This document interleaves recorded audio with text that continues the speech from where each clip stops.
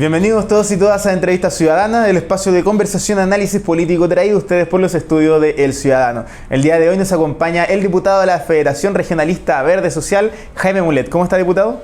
Muy bien, muchas gracias. Muy buenos días. Qué bueno tenerlo por aquí. Oiga, conversemos sobre un tema que está ya instalado definitivamente en la agenda esta semana, que tiene que ver con la reforma al sistema político, la tan anunciada reforma al sistema político, que un grupo transversal de senadores la semana pasada, desde el Partido Socialista hasta la UDI, presentaron esta reforma que, entre otras cosas, establece, por ejemplo, que los diputados que renuncian a un partido pierden su escaño parlamentario, o que los partidos que no alcanzan un umbral de votación del 5% no llegan al Congreso. ¿Cuál es su opinión respecto a esta reforma que va a pasar, bueno, que se presentó en el Senado? Todavía no sabemos qué va a pasar en la Cámara. Bueno, la verdad es que es una mala reforma, ¿eh? Yo creo que el objetivo no se cumple. Si una reforma que busca terminar o disminuir la fragmentación política no se cumple. Esta es una reforma que es muy antidemocrática, por una razón muy simple. No solo hace desaparecer al partido, ¿cierto? Si es que un partido no logra el 5% nacional, sino que el diputado, aunque haya sacado la primera mayoría, o el senador en una determinada zona, si su partido no saca el 5% a nivel nacional, ese diputado no es electo. Y eso hasta uno lo podría entender. Pero ¿saben qué? Es reemplazado por el del partido que sí obtuvo el 5%, aunque el candidato específico haya sacado nada de voto o muy poquito voto. Y eso es esencialmente antidemocrático, porque obviamente le meten la mano a la urna en el fondo y ponen gente que no tiene el respaldo ciudadano en reemplazo de otros que sí obtuvieron respaldo ciudadano. Esto es muy hipócrita, esta propuesta. Si nosotros queremos realmente evitar la fragmentación política, y eso es algo relativo. Chile siempre ha habido fragmentación política. Ya, es un tema interesante porque eso es lo que se argumenta desde el otro lado, que esta reforma busca terminar con la excesiva fragmentación de partidos en el Congreso. Hoy día solo en la Cámara de Diputados hay más o menos 17 partidos. Entonces, para usted, ¿es un problema la fragmentación o cree que no es el problema principal? Yo creo que es un desafío la fragmentación, más que un problema. Chile ha sido tradicionalmente un sistema político multipartidista, así como Estados Unidos bipartidista, y uno ve siempre demócratas y republicanos. Chile siempre ha habido muchos partidos. El Partido Socialista históricamente ha estado dividido en 3, 4. Si uno revisa la historia de facciones, la concertación de partidos por la democracia el año 88 eran 16 partidos, los que se articulan y logran incluso gobernar. Pongo otro ejemplo. El presidente Boris fue candidato por el Partido Humanista en determinada oportunidad diputado y pudo entrar. El Partido Humanista no sacaba nada de voto, y hoy día el presidente de la República, menos de 6, 7 u 8 años después de haber hecho eso. Entonces acá un partido chiquitito como el nuestro, la Federación Regionalista Verde Social, con 3 diputados, hizo el proyecto Royalty, y hoy día el principal proyecto que muestra el gobierno de captación de recursos de las grandes empresas, y lo hicimos nosotros. Trabajamos muchos años, Esteban Velázquez, yo, él como alcalde, yo como diputado antes, en fin, y volvimos, hicimos el proyecto y hoy día se aprobó, o el 10%, fuimos los autores. 3 parlamentarios, el periodo pasado, el primer 10%, el que los otros son copias de ese primer proyecto. Entonces acá, no por chico eres inútil o no sirve al sistema, y no por grande, porque hay otros grandes que, por ejemplo, el PPD, así con nombre y apellido, el PPD tiene como 10 diputados, ¿ya? Y la verdad es que a veces los 10 tienen posturas distintas. O senadores en el Senado que tienen igual. Entonces, acá hay que abordar bien el tema. Tiene que ver con muchos aspectos. Uno de ellos los aborda el proyecto en parte, que es el de darle valor, que lo hemos propuesto nosotros hace más de un año, a los acuerdos también de los comités políticos, para que cada parlamentario no haga lo que le dé la gana, sino que haya cierto orden en los acuerdos colectivos y prime lo colectivo por sobre lo individual. Eso ya alivia el tema. ¿Pero a qué se refiere con eso? Por ejemplo, que un parlamentario no pueda votar distinto a su bancada, por ejemplo. No pueda votar distinto, aspectos que no sean obviamente cuestiones de conciencia, que tú tienes que tener la libertad. ¿Y qué absoluta. pasa si que votara distinto? ¿Qué? Bueno, que pueda ser sancionado, que pueda ser retirado, que pueda ser incluso excluido, obviamente garantizando debido proceso y no cayendo, porque el riesgo de caer en la partitocracia, que los partidos gobiernen al final. Hoy día como que los parlamentarios, esto está demasiado parlamentarizado, la política en general. Hay que buscar un justo equilibrio. Y lo otro que es muy importante, obviamente, también evitar lo que hacen los partidos muchas veces grandes, que salen a pescar. Entonces agarran gente, salen a pescar entre comillas, agarran gente famosa, por ejemplo. Le pongo el caso de Katy Barriga, que era un artista, ¿cierto? Una persona de la televisión que ganó, su alcaldesa, y mire lo que pasó. Y salen a veces en el Parlamento a hacer lo mismo. Después llega esa gente, o renuncian y se van, Y ahí hay responsabilidad también de los dirigentes partidarios. Entonces se renuncia y se deja el partido y se pierde el sentido colectivo que tiene que tener un partido. Ahora, yo diría que eso es bien importante. Entonces acá depende cómo se mire esto. Yo veo más bien aquí una típica movida de los partidos grandes, PPD, PS, Renovación Nacional, UDI, de ponerle un cerco al sistema político y quedarse con la torta electoral. Te fijas, dificultar la entrada de nuevos competidores. El Parlamento y el sistema político siempre tiene que tener una ventana abierta, tiene que tener aire fresco, tiene que estar desafiado, si no, obviamente se transforma en pétreo, y eso le hace muy mal a la democracia. Diputado, y desde el gobierno han tenido la oportunidad de hablar con ellos, porque uno da la impresión de que el gobierno tiene una postura más o menos ambigua respecto a esta reforma, porque la reforma la presentaron senadores del Partido Socialista, RN, UDI, PPD también, y el gobierno como que apoya, pero tampoco apoya tanto. Entonces, ¿cuál es la impresión que tienen ustedes respecto de la postura del gobierno sobre este proyecto de ley? Mire, yo vengo saliendo a la reunión de comité político y estoy hablando con el ministro Elizalde de este tema, ya que él la presidió, el comité político precisamente. Y el gobierno dice, este proyecto no es nuestro, pero obviamente es un proyecto que es cierto, no es del gobierno. Nosotros también presentamos uno hace más de un año, un proyecto, obviamente no con el contenido igual a este, pero algunos aspectos similares, sí. El gobierno se lava un poco las manos, dice que va a dialogar con todo y va a hacer una propuesta. Ahora, lo curioso es que no fueron 5 o 4 senadores, sino que fue el presidente de Renovación Nacional, el vicepresidente del PPD, que no es cualquier vicepresidente, que es Lagos Weber, el vicepresidente del PS, que no es cualquiera, es el senador Durresti. Estaba presente el presidente de la UDI. Entonces eso huele a un acuerdo entre esos partidos para imponer ese proyecto de ley. Y eso es lo que obviamente nos preocupa. Nos preocupa porque no nos gusta, pero no es porque le tengamos miedo. Si tenemos que competir y ponen un umbral elevado, no tenemos problema los regionalistas verdes en competir. Pero eso obviamente es poco democrático. Nosotros ya estamos en el sistema, podríamos decir, oye, ya estamos armados, bueno, vamos, competimos y vamos a sacar el 5%, no nos complica mucho.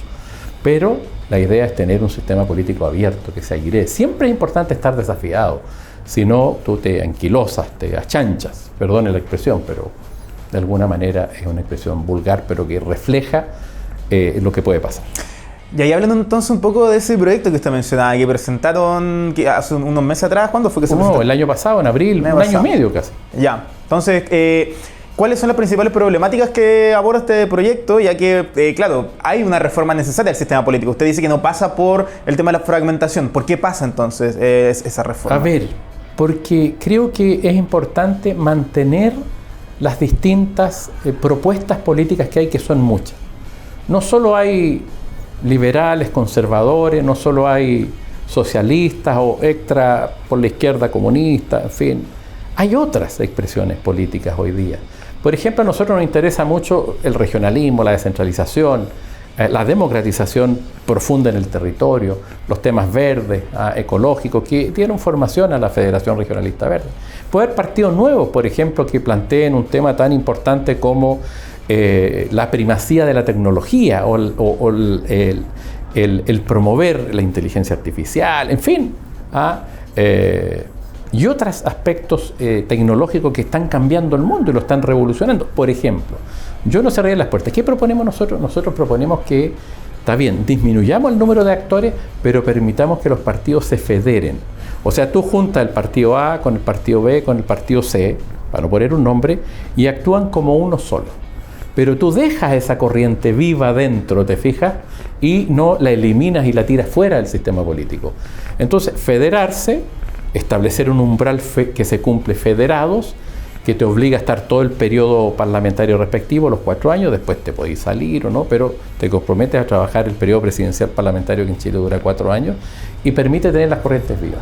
Disculpe, diputado, entonces, ¿se genera una bancada con esta federación? No necesariamente. Lo que te digo es, mira, el Partido Socialista, ¿esto cómo lo ideé ellos? Te voy a contar un poquito una historia. Además de estudiarlo. Existe, por ejemplo, el PSOE español es una federación de partidos. El Partido de los Trabajadores en Brasil es una federación de partidos. Son los que pudimos estudiar. Estudiamos harto el tema, porque es un tema que requiere, obviamente, más que mirar el interés propio, requiere ver cómo avanzamos en el país en un sistema más dinámico, especialmente cuando tenía un presidente de un color político y un parlamento en minoría para el presidente, que es lo que pasa ahora, por ejemplo. De manera que el ejemplo que yo seguí fue el del Partido Socialista. El Partido Socialista tiene como 3 facciones. Tú sabes, históricamente, está una corriente, los renovados, está otra el escalonismo, ya. 3 facciones. Pero actúan como federadamente y se ponen de acuerdo y obviamente hacen presentaciones y van al Parlamento, van a las elecciones municipales, van a las elecciones regionales, pero actúan federadamente internamente. La facción más grande, si tienen que llevar 10 candidatos, bueno, llevará 4, la otra 3. Es una verdadera federación que funciona bien. E históricamente es uno de los pocos partidos históricos que se ha ido salvando. La democracia cristiana, que no actuaba de esa manera, más bien había una directiva que trataba de imponerse respecto a la minoría y bueno, y terminó desapareciendo. Yo siempre miraba ese ejemplo. Yo estuve en la democracia cristiana hasta el año 2007 y fui secretario general de ese partido muchos años. Y vi cómo se iba deteriorando y miraba eso, desde el punto de vista práctico, si tú quieres. Entonces, creo que un modelo de federación donde tú ya disminuyes el número de actores, pero no eliminas las corrientes.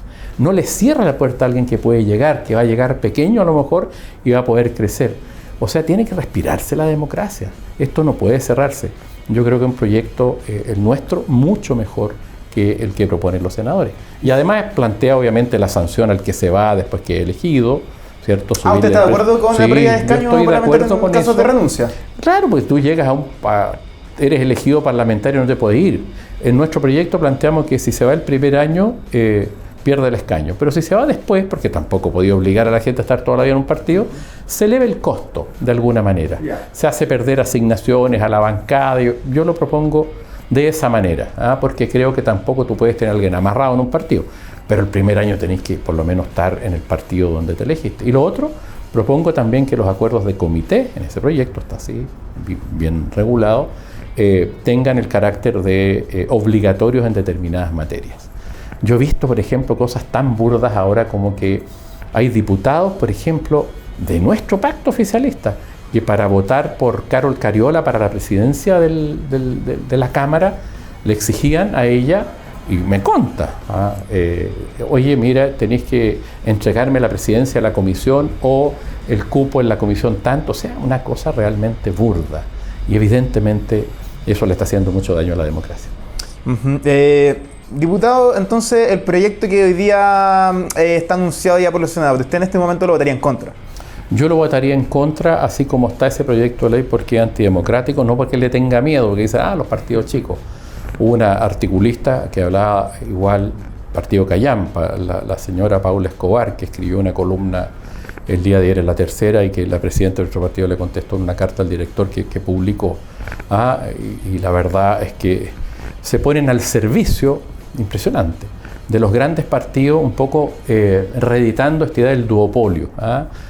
RN-UDI, PPD-PS, juntos, te fijas tú, y la verdad es que creo que eso es un error. Creo que hoy día hay una dinámica distinta y obviamente por eso agradezco mucho la oportunidad de explicar bien los proyectos, los nuestros, que no es porque dice, le tienen miedo, porque no le tenemos miedo, ningún miedo, la verdad, de enfrentar al PPD, al PS o cualquier otro partido en una elección donde compitamos todos por igual. De hecho, nuestras cifras, digamos, si usted mide la cantidad de candidatos, por ejemplo, al Parlamento, nosotros el problema es que llevamos, no sé, sacamos cerca de 4 puntos, pero llevamos como 15 candidatos, no llevamos 60 o uno por distrito, ¿te fijas? Entonces, no hay problema, pero no es el camino, están equivocados. Perfecto, diputado, pasemos a otro tema. Hace un par de semanas atrás tuvimos a la presidenta de la Federación Regionalista Verde Social, Flavia Torralba, sentada en ese mismo asiento, y ella nos hablaba respecto a las intenciones del partido de llevar un candidato a unas eventuales primarias del oficialismo. Entre los nombres que ella mencionaba estaba precisamente el de Jaime Mulet. ¿Estaría dispuesto usted a enfrentar unas primarias con el oficialismo? Mire, es algo que me plantean en el partido recurrentemente, debo decirle, debo confesarle eso. Es algo que estoy reflexionando. No es fácil eso. Yo me tomo todas las tareas políticas con mucha responsabilidad. Entonces, lo que estoy haciendo ahora, y desde que me lo han planteado en distintos lugares de la región, gente de mi partido, no voy a decir que pase por la calle, la gente te diga, oiga, usted tiene que ser presidente. Es gente, obviamente, cercana, que a uno le tiene cariño, en fin, y que confía. Pero estoy estudiando un conjunto de propuestas que creo que es lo primero que hay que hacer. ¿Para qué? ¿Con qué? ¿Cuál es la propuesta? Pero creo sí necesario que la Federación Regionalista Verde lleve un candidato a la primaria o una candidata a la primaria presidencial del mundo en el que hoy día estamos, que es el mundo de los partidos que apoyamos este gobierno, que son 8 partidos donde obviamente va a haber seguramente candidatos de los 8 partidos. Tú no te puedes negar a eso porque si no partes como con una mano amarrada. Pero sí lo más relevante son las propuestas y en ese sentido creo yo que nosotros tenemos que elaborar, aprobar esas propuestas y si la Convención Nacional Regionalista que vamos a tener en el mes de enero aprueba esas propuestas de contenido, programáticas que son muy relevantes, creo yo, para hacer una apuesta de orden presidencial a una primaria del sector, bueno, va a haber que estar disponible yo u otro candidato o candidata. Ya, pero de eso depende entonces una eventual candidatura, de lo que se decida en esa convención. En mi caso, es lo que yo quiero proponer, es lo que estoy trabajando. Fundamentalmente con un equipo de personas estoy buscando elaborar una propuesta que además nos distinga de las otras. Ahora las otras no sé cuáles son, porque uno ve la candidatura de A, de B, de TOA, por ejemplo, bueno, ella está en el gobierno. Pero ve la de Blado, que es amigo nuestro, pero no sé cuál es la propuesta de Blado, no he visto, sé que está él nomás. Al Johannes Kaiser lo veo también, pero él aparece más, ¿cierto?, una propuesta más bien republicana, extrema derecha, que más o menos uno conoce. ¿Te fijas? Pero creo que hay que hacer una propuesta y estamos en eso, por ejemplo, por poner temas que en los que he trabajado mucho. Tenemos que reindustrializar en algunos sectores del país. Tenemos que tener, ya uno de los aspectos que yo he trabajado mucho, por ejemplo, nuevas fundiciones. Tenemos que tener una fundición nueva en Atacama, una fundición de cobre me refiero, y refinería, planta de recuperación de metales nobles, otra para Antofagasta. Hay espacio, Chile se está transformando en exportador de puro concentrado cobre, donde los 2/3 son tierra, piedra, y vamos perdiendo oportunidades preciosas de generar más trabajo, de cuidar que el cobre sea verde, porque nosotros fundir cobre con energía eléctrica fundamentalmente verde, ya que tenemos esa capacidad en el norte de sobra, incluso hoy día convertimiento de energía. Por ejemplo, eso, ¿qué pasa con Huachipato? ¿Vamos a seguir destruyendo la poca industrialización que hay? Yo quiero promover, por ejemplo, una de las cosas que me interesa es que se reindustrialice en algunos sectores del país donde obviamente se haga con los niveles de eficiencia y sobre todo de manera o usando energías verdes los procesos industriales y obviamente haciendo una modernización en eso. Eso se lo pongo como ejemplo. Lo otro, tenemos que ver la manera de gravar algunas industrias que generan mucho daño a los vecinos. Le pongo el caso de las forestales, cómo destruyen buena parte del lugar donde están. Es cierto que agregan valor, generan trabajo, en fin, pero van destruyendo la calidad de la tierra, van secando muchas veces los predios vecinos porque las especies exógenas generan. Entonces tenemos que ver la manera cómo evitar que el que le va bien en este país, que a mí me gusta que le vaya bien, pero no sea a costa del vecino, como ocurre con la zona de sacrificio en la minería, en Tierra Amarilla y otros lugares. O la pesca también, tenemos que ver la manera de que toda la salmonicultura y todo eso que hay, bueno, no signifique que los pescadores artesanales pierdan, ¿cierto?, su posibilidad, su trabajo, porque el sedimento con todas las excretas de las grandes extensiones de salmones liquidan, ¿cierto?, la pesca artesanal. Todas esas contradicciones de que el que le va bien es a costa del del lado, hay que terminarlas, de una u otra manera. Y no se trata de meterles impuestos por todos lados, no, sino que decir, mire, muy bien que le vaya bien, pero rescatemos también a este señor que está al lado. Perfecto, y entonces por ahí iría entonces una eventual programa de la Federación Regionalista. Lo otro que es lo que yo quiero proponer, ahora puede que me digan que no en la Convención Nacional, hay cosas más complejas que también me interesa proponer. Por ejemplo, ¿qué pasa en la administración del Estado? ¿Ah? Hay que modernizar la administración del Estado. Yo a veces escucho y veo directores regionales, CEREME, que dicen, oye, pues ya no le puedo decir nada a nadie aquí porque me acusan. Me acusan de acoso laboral, si es que le doy pega a una persona, mucha acoso. Si no le doy pega, también es acoso, entonces prefiero no hacer nada, porque si no, bueno, eso hay cierta anormalidad. Hay cosas que se están haciendo mal que hay que corregir.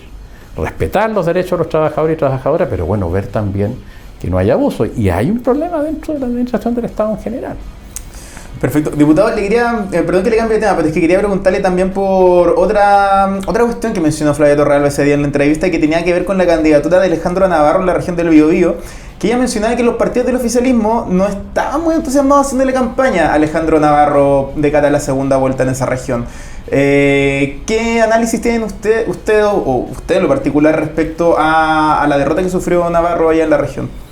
Bueno, fue dolorosa la derrota porque creo que la alternativa de Alejandro Navarro es una alternativa válida. Él es independiente, pero nosotros lo apoyamos, fue en nuestra lista, le tenemos mucho respeto, pero claramente los partidos oficialistas en general no lo apoyaron. Esa es la votación propia de Alejandro Navarro y de quienes lo apoyamos directamente, de algunos sectores más de izquierda. Pero Navarro es un personaje político muy interesante. Por ejemplo, en una región donde hay claros problemas de corrupción que él quiso enfrentar con su candidatura a la gobernación, ahí está el caso de gente privada de libertad, usted sabe, a propósito de una serie de recursos que se pasaron a las fundaciones y eso que no se ha revisado prácticamente nada. Navarro, un hombre que fue 28 años parlamentario y durante la campaña, entre otras cosas, conversé con él y le estaban rematando la casa, la única casa que tiene porque no pagaba los dividendos. Y uno sabe que es una persona que no es el prototipo, ¿cierto?, de lo que la gente cree en la política. Es un hombre muy honesto, es un hombre muy trabajador, muy intenso. Creo yo que hubiera sido un gran gobernador, porque el problema de los gobernadores es que tienen que tener mucha fuerza para enfrentar el poder central. Hoy día este gobierno se había comprometido, el presidente Boric, y ojalá cumpla antes de irse, pero lo veo difícil, a eliminar la figura del delegado presidencial regional, dijo. Pero ahora se les olvidó, están potenciando casi a los delegados, ¿te fijas? Y potenciar a los gobernadores, no se ha hecho. Creo que en Navarro se podría haber avanzado mucho, pero se generó todo un cuento con una frase que le atribuyeron y que era falsa, eso de ser el soldado Maduro no lo dijo nunca, pero le inventaron eso, lo metieron por todos los medios de comunicación y partidos del oficialismo prácticamente, además de nosotros y algunos en la región, lo apoyaron. Hubo un gesto importante de Paulina Boanich que fue a la región a apoyarlo, pero en general esa candidatura fue muy atacada. Navarro fue muy atacado, la verdad, con mentiras, porque esa frase que le atribuyeron nunca la dijo. Perfecto, diputado, se nos está acabando el tiempo, pero te le quiero preguntar respecto a esta controversia que se ha generado en los últimos días respecto a la devolución de la deuda de las ISAPRES. Hay usuarios que han denunciado que sus ISAPRES les informaron que iban a recibir hasta 156 cuotas durante un plazo de 13 años, algunas cuotas mensuales son de 5 pesos, 400 pesos, y esto ha generado evidentemente mucha indignación por parte de la ciudadanía. Esto se debe debido a la ley corta ISAPRES, algo que estaba contenido en esa ley. Entonces, ¿qué le parece a usted que participó en este proceso legislativo? En primer lugar, para ser bien honesto, yo voté a favor del proyecto, como la inmensa mayoría de los parlamentarios oficialistas y no oficialistas. Yo creo que no hay que ser hipócrita en esto. El gobierno no tiene mayoría ni en la Cámara ni en el Senado. El gobierno intentó hacer desaparecer la ISAPRE, con eso partió este gobierno. Pero obviamente no hubo capacidad política, ni de gestión, ni votos para pasar al sistema único, digamos, en materia de salud.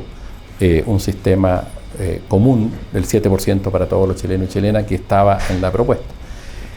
Con la deuda que se generó con las ISAPRES, con el problema, la salida que se busca y que se enfrenta en el Parlamento tiene que ver con que o las ISAPRES quiebran y 2 millones a 3 millones de personas que están en la ISAPRES se van al sistema público, o salvamos a la ISAPRES de alguna manera con que pague la deuda en un plazo que obviamente no fue propuesto por el gobierno, fue un plazo que propuso la oposición, el gobierno está dispuesto a un plazo menor y terminamos en esta situación. ¿Por qué? Porque no tenemos mayoría en el Parlamento. Y en segundo lugar, porque hay que decirle la verdad a la gente. Esto lo sabían todos. Ahora, ¿podrían las ISAPRES hacer un esfuerzo mejor? Bueno, es como confiar en el diablo, digamos, si uno no... El tema es, ¿qué más hacíamos? ¿Quebramos el sistema? ¿Y qué hacéis con los 3 millones o 2 millones, cerca de 3 millones de personas que están en el ISAPRES? ¿Se los mandáis a dónde? A FONASA, que está la ESCOA también, con las listas de espera, con los problemas para la operación. Entonces estábamos como encerrados. Pero hay algo que se olvida, que es muy importante. La ley, ¿por qué lo aprobé yo en definitiva? Y no hice el testimonio o votarlo en contra, porque esa ley corta estableció que FONASA hoy día puede establecer una modalidad que ya está implementando, que se llama la modalidad del seguro complementario, el MSC, donde FONASA le va a competir a la ISAPRES, donde FONASA va a poder contratar seguros complementarios y va a ser un competidor de las ISAPRES. Y creo que eso era lo mejor del proyecto desde mi punto de vista. Y eso va a permitir, en definitiva, que las ISAPRES vayan poco a poco desapareciendo y FONASA fortaleciéndose. Y lo otro que era muy importante también es que si tú hacías quebrar a las ISAPRES ahora, no solo quebrabas a las ISAPRES, sino que quebrabas a una serie de prestadores de servicios, laboratorios, consultas médicas y otros que prestan servicio hoy día también al sistema público, que dependen financieramente en buena parte de la ISAPRE y dejáis, no sé, como a 30.000 personas además desempleadas. Entonces estábamos como atrapados. Pero lo más relevante es lo que dije recién. La modalidad de seguro complementario va a permitir que desde el Estado, así como el Banco del Estado o una FP estatal, en fin, una cosa así, que no es el ideal para mí, pero creo que va a permitir de mejor forma poder hacer desaparecer a las ISAPRES en el futuro. Creo que eso es lo que se ganó en ello, y hay gente de la derecha que no se dio cuenta mucho, pero hay una columna de Mañalis muy interesante que dice: nos metieron un gol a los que defienden la salud privada con esa ley. Pero hoy día, claro, duele, que es como una burla eso. Pero bueno, no había muchas alternativas y las ISAPRES siguen siendo tan burdas en vez de proponer haber pedido un crédito y haber pagado al tiro, que era una de las modalidades que pueden hacer hoy día. Ellos ya deben plata, emiten bonos, en fin, y pagan al tiro y después pagan la deuda, pero son tan poco sentido común que cometen la brutalidad de pagar lo mínimo mes a mes en 13 años, en vez de pagar un bono y pagarle a la gente ahora, que también podían hacer. Diputado Jaime Mulet, de la Federación Regionalista Verde Social, muchas gracias por estar con nosotros el día de hoy en Entrevista Ciudadana. Muchas gracias a ti. Y a nuestros auditores les recordamos que pueden seguirnos en redes sociales y estar informados de la contingencia nacional e internacional a través de www.elciudadano.com.